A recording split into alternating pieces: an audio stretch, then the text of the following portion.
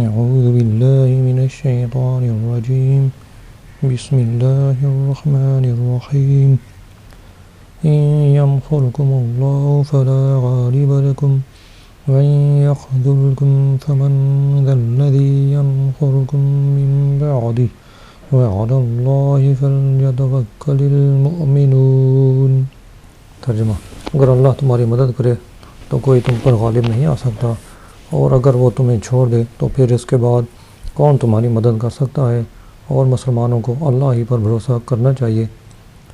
ارشاد فرمایا کہ اگر اللہ تمہاری مدد کرے تو کوئی تم پر غالب نہیں آ سکتا، اور یہ یاد رکھو کہ اللہ تعالیٰ ہی کی مدد وہی پاتا ہے جو اپنی قوت و طاقت پر بھروسہ نہیں کرتا بلکہ اللہ تعالیٰ کی قدرت و رحمت کا امیدوار رہتا ہے۔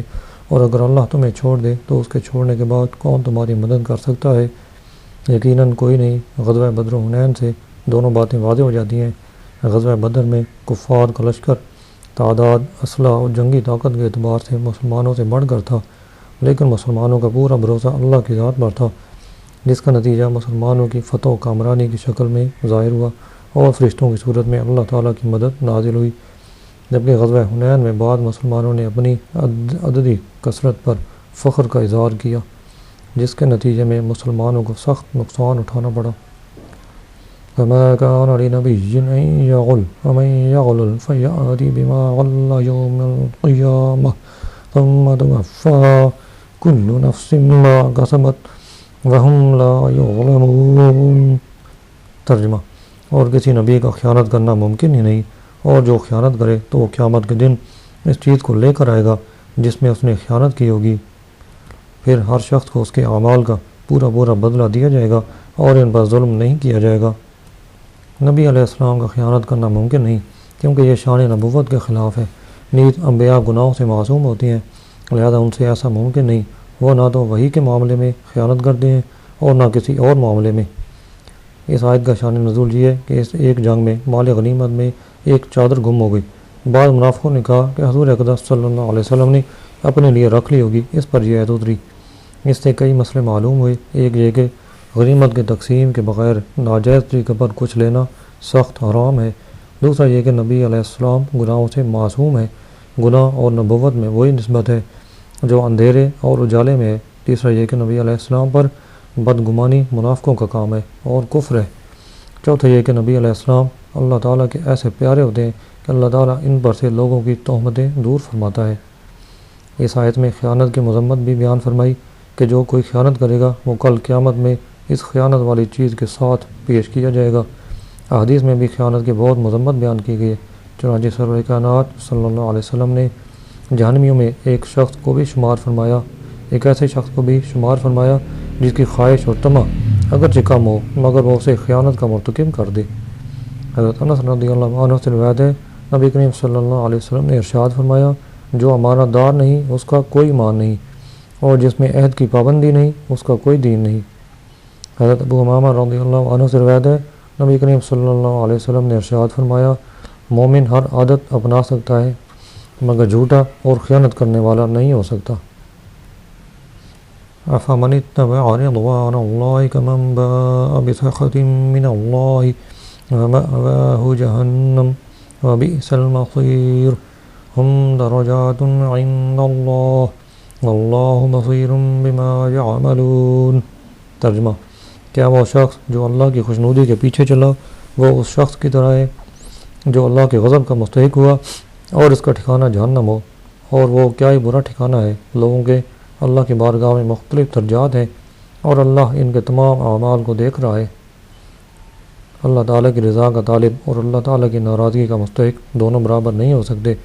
کہاں وہ جو اللہ سے سچی محبت کرنے والا، اس کی اطاعت کرنے والا، اس کی خوشنودی کے لیے سب کچھ قربان کر دینے والا جیسے صحابہ کرام رضی اللہ عنہم اور ان کے بعد کے صالحین، اور کہاں اللہ تعالیٰ کی نافرمانی کرنے والا، اس کے حکام سے منہ موڑنے والا، اس کی ناراضگی کی پرواہ نہ کرنے والا اور اپنی خواہش کو رب کی رضا پر ترجیح دینے والا جیسے کفار و منافقین اور ان کے پیروکار نافرمان لوگ۔ یہ دونوں برابر کیسے ہو سکتے ہیں؟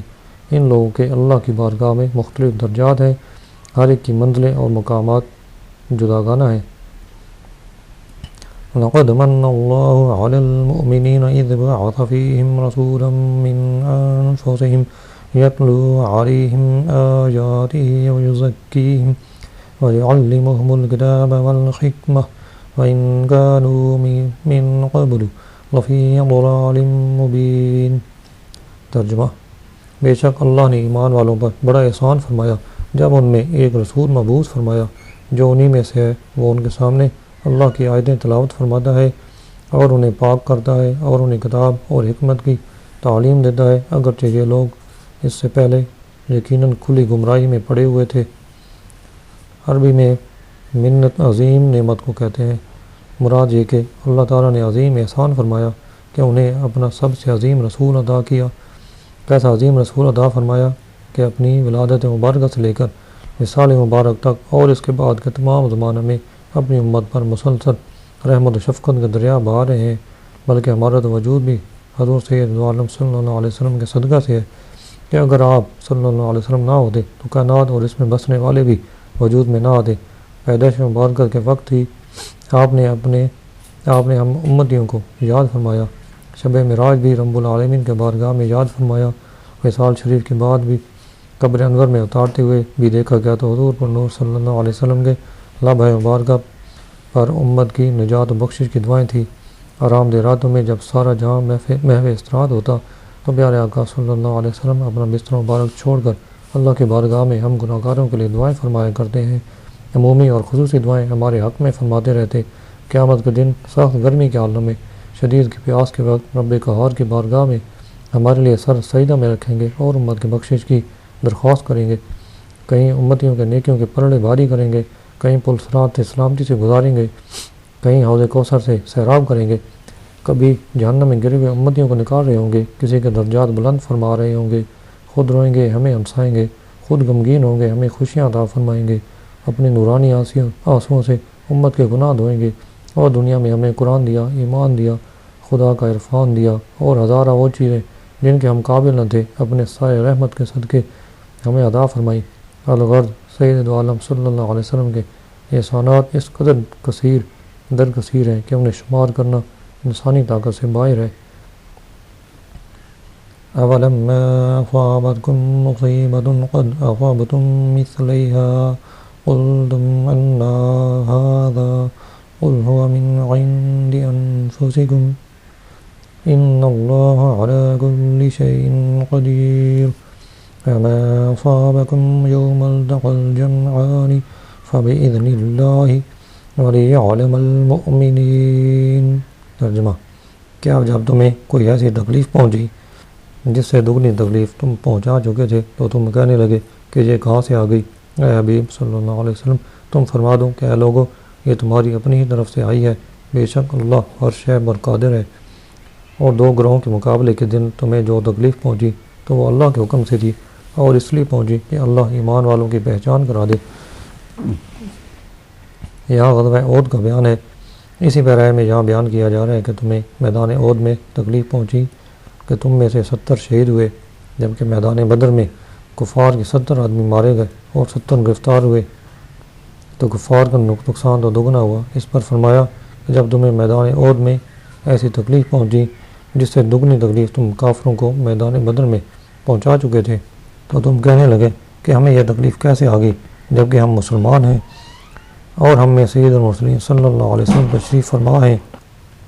اس پر انہیں جواب دیا گیا کہ اے حبیب صلی اللہ علیہ وسلم، تم ان سے فرما دو کہ یہ تمہاری اپنی طرف سے آئی ہے کہ تم نے رسول کریم صلی اللہ علیہ وسلم کی مرضی کے خلاف مدینہ طیبہ سے باہر نکل کر جنگ کرنے پر اصرار کیا، پھر وہاں پہنچنے کے بعد تاجدار رسالت صلی اللہ علیہ وسلم کی شدید ممانعت کے باوجود غنیمت کے لیے مرکز کو چھوڑا۔ یہی بات تمہارے قتل اور نقصان کا سبب بنی ہے۔ مزید اگلی آیت میں فرمایا کہ میدان احد میں کافروں اور مسلمانوں کے مقابلے کے دن تمہیں جو تکلیف پہنچی تو وہ اللہ کے حکم سے تھی اور اس لیے پہنچی کہ اللہ ایمان والوں کی پہچان کرا دے، لہذا اللہ کے فیصلے پر راضی رہو۔ وَلِيَعْلَمَ الَّذِينَ نَافَقُوا وَقِيلَ لَهُمْ تَعَالَوْا قَاتِلُوا فِي سَبِيلِ اللَّهِ أَوِ ادْفَعُوا قَالُوا لَوْ نَعْلَمُ قِتَالًا لَاتَّبَعْنَاكُمْ هم للكفر يومئذ أقرب منهم للإيمان يقولون بأفواههم ما ليس في قلوبهم والله أعلم بما يكتمون۔ ترجمہ، اور اس لیے پہنچی کہ اللہ منافقوں کی پہچان کرا دے، اور جب ان سے کہا گیا کہ آؤ اللہ کی راہ میں جہاد کرو یا دشمنوں سے دفاع کرو تو کہنے لگے اگر ہم اچھے طریقے سے لڑنا جانتے، یا کہنے لگے کہ اگر ہم اس لڑائی کو صحیح سمجھتے تو ضرور تمہارا ساتھ دیتے۔ یہ لوگ اس دن ظاہری ایمان کی نسبت کھلے کفر کے زیادہ قریب تھے، اپنے منہ سے وہ باتیں کہتے ہیں جو ان کے دلوں میں نہیں ہیں، اور اللہ بہتر جانتا ہے جو باتیں یہ چھپا رہے ہیں۔ غزوہ احد میں مسلمانوں کے نقصان اٹھانے کی حکمتوں کو متعدد مقامات پر بیان فرمایا گیا ہے، جس میں بہت بڑی حکمت مسلمانوں اور منافقوں کے درمیان امتیاز ظاہر کرنا تھا۔ چنانچہ یہاں پر بھی فرمایا گیا کہ مسلمان لشکر کو میدان احد میں اس لیے تکلیف پہنچی تاکہ اللہ لوگوں کو منافقوں کی پہچان کرا دے، کیونکہ منافقوں کی حالت یہ تھی کہ جب جنگ احد شروع ہونے سے پہلے عبداللہ بن ابی وغیرہ منافقوں سے کہا گیا کہ آؤ اللہ کی راہ میں جہاد کرو یا صرف ہمارے ساتھ مل کر ہماری تعداد بڑھاؤ، جس سے ایک قسم کا دفاع مضبوط ہوگا، تو یہ منافق کہنے لگے اگر ہم اچھے طریقے سے لڑنا جانتے، یا کہنے لگے کہ اگر ہم اس لڑائی کو صحیح سمجھتے تو ضرور تمہارا ساتھ دیتے۔ ان منافقین کے بارے میں فرمایا گیا کہ یہ در حقیقت اس دن اپنے ظاہری ایمان کی نسبت کھلے کفر کے زیادہ قریب تھے، اور یہ اپنے منہ سے وہ باتیں کہتے ہیں جو ان کے دلوں میں نہیں ہیں، یعنی یہ منہ سے تو یہ کہتے ہیں کہ ہم مسلمان ہیں لیکن ہم جنگ کرنا نہیں جانتے، لیکن دل میں یہ کہتے ہیں کہ کفار کو اپنا دشمن نہ بناؤ، مسلمانوں کو ان کے ہاتھوں تباہ ہو جانے دو۔ الذين قالوا لإخوانهم وقعدوا لو أطاعونا ما قتلوا قل فادرءوا عن أنفسكم الموت إن كنتم صادقين۔ ترجمہ، وہ جنہوں نے اپنے بھائیوں کے بارے میں کہا اور خود بیٹھ رہے کہ اگر وہ ہماری بات مان لیتے تو نہ مارے جاتے، اے حبیب تم فرما دو اگر تم سچے ہو تو اپنے سے موت دور کر کے دکھا دو۔ منافقین نے احد میں شہید ہونے والوں کے بارے میں کہا کہ اگر یہ لوگ ہماری بات مان لیتے اور ہماری طرح گھر بیٹھے رہتے تو نہ مارے جاتے۔ ان کے جواب میں فرمایا گیا کہ اگر تم سچے ہو تو اپنے سے موت کو دور کر کے دکھاؤ، یقیناً موت تو بہرحال آ کر رہے گی، خواہ آدمی گھر میں چھپ کر بیٹھ جائے۔ تو یہ کہنا سراسر غلط ہے کہ اگر لوگ ہماری بات مان کر جہاد میں نہ جاتے تو نہ مارے جاتے۔ وَلَا تَحْسَبَنَّ الَّذِينَ قُتِلُوا فِي سَبِيلِ اللَّهِ أَمْوَاتًا بَلْ أَحْيَاءٌ عِندَ رَبِّهِمْ يُرْزَقُونَ۔ ترجمہ، اور جو اللہ کی راہ میں شہید کیے گئے ہرگز انہیں مردہ نہ خیال کرنا، بلکہ وہ اپنے رب کے پاس زندہ ہیں، انہیں رزق دیا جاتا ہے۔ اس آیت کا شان نزول اکثر مفسرین کا قول ہے کہ یہ آیت شہدائے احد کے حق میں نازل ہوئی۔ حضرت عبداللہ بن عباس رضی اللہ عنہ سے مروی ہے، سرکار دو عالم صلی اللہ علیہ وسلم نے ارشاد فرمایا جب تمہارے بھائی احد میں شہید ہوئے تو اللہ نے ان کی ارواح کو سبز پرندوں کے جسم عطا فرمائے، وہ جنتی نہروں پر سیر کرتے پھرتے ہیں، جنتی میوے کھاتے ہیں، سونے کی ان قندیلوں میں رہتے ہیں جو عرش کے نیچے لٹک رہی ہیں۔ جب ان شہداء کرام نے کھانے پینے اور رہنے کے پاکیزہ عیش پائے تو کہا کہ پیچھے دنیا میں رہ جانے والے ہمارے بھائیوں کو کون خبر دے کہ ہم جنت میں زندہ ہیں، تاکہ وہ جہاد سے بے رغبتی نہ کریں اور جنگ سے بیٹھ نہ رہیں۔ اللہ تعالیٰ نے فرمایا میں انہیں تمہاری خبر پہنچاؤں گا، بس یہ آیت نازل ہوئی۔ اس سے ثابت ہوا کہ ارواح باقی ہیں، جسم کے فنا ہونے کے ساتھ فنا نہیں ہوتی۔ یہاں آیت میں شہداء کی کئی شانیں بیان ہوئی ہیں، فرمایا کہ وہ کامل زندگی والے ہیں، وہ اللہ تعالیٰ کے پاس ہیں، انہیں رب کریم کی طرف سے روزی ملتی رہتی ہے، وہ بہت خوش باش ہیں۔ شہداء کرام زندوں کی طرح کھاتے پیتے اور عیش کرتے ہیں۔ آیت مبارکہ اس پر دلالت کرتی ہے کہ شہیدوں کی روح اور جسم دونوں زندہ ہیں۔ علماء نے فرمایا کہ شہداء کے جسم قبروں میں محفوظ رہتے ہیں، مٹی ان کو نقصان نہیں پہنچاتی، اور صحابہ کے زمانے میں اور اس کے بعد اس بات کا بکثرت معائنہ ہوا ہے کہ اگر کبھی شہداء کی قبریں کھل گئیں تو ان کے جسم تر و تازہ پائے گئے۔ فرحین بما آتاهم اللہ من فضلہ ویستبشرون بالذین لم یلحقوا بهم من خلفهم الا خوف علیہم ولا هم یحزنون۔ ترجمہ: وہ اس پر خوش ہیں جو اللہ نے انہیں اپنے فضل سے دیا ہے، اور اپنے پیچھے رہ جانے والے اپنے بھائیوں پر بھی خوش ہیں جو ابھی ان سے نہیں ملے، کہ ان پر نہ کوئی خوف ہے اور نہ وہ غمگین ہوں گے۔ شہداء اکرام کے بارے میں فرمایا جا رہا ہے کہ وہ اللہ تعالیٰ کے فضل و کرم، انعام و احسان، اعزاز و اکرام اور موت کے بعد اعلیٰ قسم کی زندگی دیے جانے پر خوش ہیں۔ نیز اس پر خوش ہیں کہ اللہ تعالیٰ نے انہیں اپنا مقرب بنایا، جنت کا رزق اور اس کی نعمتیں عطا فرمائی، اور جنت کی منزلیں حاصل کرنے کے لیے شہادت کی توفیق عطا فرمائی۔ نیز وہ اس بات پر بھی خوشی منا رہے ہیں کہ ان کے بعد دنیا میں رہ جانے والے ان کے مسلمان بھائی دنیا میں ایمان اور تقوی پر قائم ہیں، اور جب وہ بھی شہید ہو کر ان کے ساتھ ملیں گے تو وہ بھی ان کرم نوازیوں کو پائیں گے اور قیامت کے دن امن اور چین کے ساتھ اٹھائے جائیں گے۔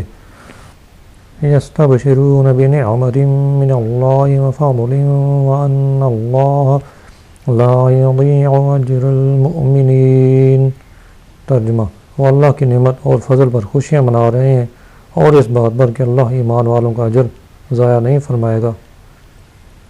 شہداء اللہ تعالیٰ کے فضل اور اس کی نعمت پر خوشیاں مناتے ہیں، اور ان کے ہر زخم کے بدلے اللہ تعالیٰ کی رحمت کی بارشیں ان پر نازل ہوتی ہیں۔ حضرت ابو ہریرہ رضی اللہ عنہ سے روایت ہے، نبی کریم صلی اللہ علیہ وسلم نے ارشاد فرمایا، جس کسی کے رائے خدا میں زخم لگا وہ روز قیامت ویسا ہی آئے گا جیسا زخم لگنے کے وقت تھا، اس کے خون میں خوشبو مشک سی ہوگی اور رنگ خون کا۔ حضرت ابو ہریرہ رضی اللہ عنہ سے روایت ہے، سرکار دو عالم صلی اللہ علیہ وسلم نے ارشاد فرمایا کہ شہید کو قتل سے تکلیف نہیں ہوتی مگر ایسی جیسے کسی کو خراش لگے۔ حضرت عبداللہ بن عمر رضی اللہ عنہ سے روایت ہے، حضور اقدس صلی اللہ علیہ وسلم نے ارشاد فرمایا، شہید کے تمام گناہ معاف کر دیے جاتے ہیں سوائے قرض کے۔ حضرت انس بن مالک رضی اللہ عنہ سے روایت ہے، نبی کریم صلی اللہ علیہ وسلم نے ارشاد فرمایا، جنت میں جانے کے بعد شہید یہ تمنا کرے گا کہ مجھے دوبارہ دنیا میں بھیج دیا جائے اور 10 بار اللہ کے راستے میں قتل کیا جاؤں۔ حضرت ابو ہریرہ رضی اللہ عنہ سے روایت ہے، نبی کریم صلی اللہ علیہ وسلم نے ارشاد فرمایا، اس ذات کی قسم جس کے قبضہ قدرت میں میری جان ہے، میری یہ تمنا ہے کہ میں اللہ کے راستے میں جہاد کروں، پھر شہید کیا جاؤں، پھر جہاد کروں، پھر شہید کیا جاؤں، پھر جہاد کروں، پھر شہید کیا جاؤں۔ الذين استجابوا لله والرسول من بعد ما أصابهم القرح للذين أحسنوا منهم واتقوا أجر عظيم۔ ترجمہ: وہ لوگ جو اللہ اور رسول کے بلانے پر زخمی ہونے کے باوجود فوراً حاضر ہو گئے، ان نیک بندوں اور پرہیزگاروں کے لیے بڑا ثواب ہے۔ شان نزول: جنگ احد سے فارغ ہونے کے بعد جب ابو سفیان اپنے ہمراہیوں کے ساتھ روحا نامی جگہ پہنچا تو انہیں افسوس ہوا کہ وہ واپس کیوں آ گئے، مسلمانوں کا بالکل خاتمہ کیوں نہ کر دیا۔ یہ خیال کر کے انہوں نے پھر واپس ہونے کا ارادہ کیا تو تاجدار رسالت صلی اللہ علیہ وسلم نے ابو سفیان کے تعاقب کے لیے روانگی کا اعلان فرمایا۔ صحابہ اکرام کی ایک جماعت جن کی تعداد 70 تھی اور جو جنگ احد کے زخموں سے چور تھے، حضور اقدس صلی اللہ علیہ وسلم کے اعلان پر حاضر ہو گئے اور آپ اس جماعت کو لے کر ابو سفیان کے تعاقب میں روانہ ہو گئے۔ جب حضور انور صلی اللہ علیہ وسلم حمراء الاسد نامی جگہ پر پہنچے جو مدینہ منورہ سے 8 میل کے فاصلے پر ہے تو وہاں معلوم ہوا کہ مشرکین خوف زدہ ہو کر بھاگ گئے ہیں۔ اس واقعے کے متعلق یہ آیت نازل ہوئی۔ اس آیت میں صحابہ کرام کی عظمت و ہمت کا بیان ہے کہ زخموں سے چور چور ہونے کے باوجود سرکار دو عالم صلی اللہ علیہ وسلم کے حکم پر فوراً حاضر ہو گئے۔ الذین قال لهم الناس ان الناس قد جمعوا لكم فاخشوهم فزادهم ایمانا وقالوا حسبنا الله ونعم الوکیل فانقلبوا بنعمة من الله وفضل لم يمسسهم سوء واتبعوا رضوان الله والله ذو فضل عظيم۔ ترجمہ: یہ وہ لوگ ہیں جن سے لوگوں نے کہا کہ لوگوں نے تمہارے لیے ایک لشکر جمع کر لیا ہے، سو ان سے ڈرو، تو ان کے ایمان میں اور اضافہ ہو گیا اور کہنے لگے ہمیں اللہ کافی ہے اور کیا یہ اچھا کارساز ہے۔ پھر یہ اللہ کے احسان اور فضل کے ساتھ واپس لوٹے، انہیں کوئی تکلیف نہ پہنچی اور انہوں نے اللہ کی رضا کی پیروی کی اور اللہ بڑے فضل والا ہے۔ شان نزول: جنگ احد سے واپس ہوتے ہوئے ابو سفیان نے نبی کریم صلی اللہ علیہ وسلم کو پکار کر کہہ دیا تھا کہ اگلے سال ہماری آپ کی میدان بدر میں جنگ ہوگی۔ نبی کریم صلی اللہ علیہ وسلم نے ان کے جواب میں فرمایا انشاءاللہ۔ جب وہ وقت آیا اور ابو سفیان اہل مکہ کو لے کر جنگ کے لیے روانہ ہوئے تو اللہ تعالیٰ نے ان کے دل میں خوف ڈالا اور انہوں نے واپس ہونے کا ارادہ کیا۔ اس موقع پر ابو سفیان کی نعیم بن مسعود سے ملاقات ہوئی جو عمرہ کرنے آیا تھا۔ ابو سفیان نے اسے کہا کہ اے نعیم، اس زمانے میں میری لڑائی میدان بدر میں محمد مصطفیٰ صلی اللہ علیہ وسلم کے ساتھ طے ہو چکی ہے اور اس وقت مجھے مناسب یہ معلوم ہوتا ہے کہ میں جنگ میں نہ جاؤں بلکہ واپس چلا جاؤں، لہذا تم مدینے جاؤ اور حکمت و تدبیر کے ساتھ مسلمانوں کو میدان جنگ میں جانے سے روک دو، اس کے عوض میں تجھے 10 اونٹ دوں گا۔ نعیم نے مدینہ پہنچ کر دیکھا کہ مسلمان جنگ کی تیاری کر رہے ہیں۔ یہ دیکھ کر ان سے کہنے لگا کہ تم جنگ کے لیے جانا چاہتے ہو؟ اہل مکہ تمہارے لیے بڑا لشکر جمع کیے ہوئے ہیں، خدا کی قسم تم میں سے ایک بھی سلامت واپس نہ آئے گا۔ نبی کریم صلی اللہ علیہ وسلم نے فرمایا خدا کی قسم میں ضرور جاؤں گا چاہے میرے ساتھ کوئی بھی نہ ہو۔ چنانچہ حضور صلی اللہ علیہ وسلم 70 صحابہ کرام کو ساتھ لے کر حسبنا اللہ و نعم الوکیل پڑھتے ہوئے روانہ ہوئے۔ وہاں 8 دن قیام کیا، مال تجارت ساتھ تھا، اسے فروخت کیا اور خوب نفع ہوا اور پھر سلامتی کے ساتھ مدینہ طیبہ واپس آئے اور جنگ نہیں ہوئی، کیونکہ ابو سفیان اور اہل مکہ خوفزدہ ہو کر مکہ مکرمہ کو واپس ہو گئے تھے۔ اس واقعہ کے متعلق یہ آیت اور اس کے بعد والی آیت نازل ہوئی۔ اس واقعہ کو بدر صغریٰ کہتے ہیں۔ اس واقعہ سے بھی صحابہ کرام کی عظمت واضح ہوتی ہے کہ جب انہیں کافروں کے بڑے بڑے لشکروں سے ڈرایا جا رہا ہے تو بجائے ڈرنے اور بزدلی دکھانے کے ان کی ہمت اور جوان مردی اور بڑھ جاتی ہے، ان کے ایمان میں اضافہ ہو جاتا ہے، ان کی زبانوں پر ایک ہی وظیفہ جاری ہوتا ہے کہ ہمیں اللہ کافی ہے اور وہی سب سے اچھا کارساز ہے۔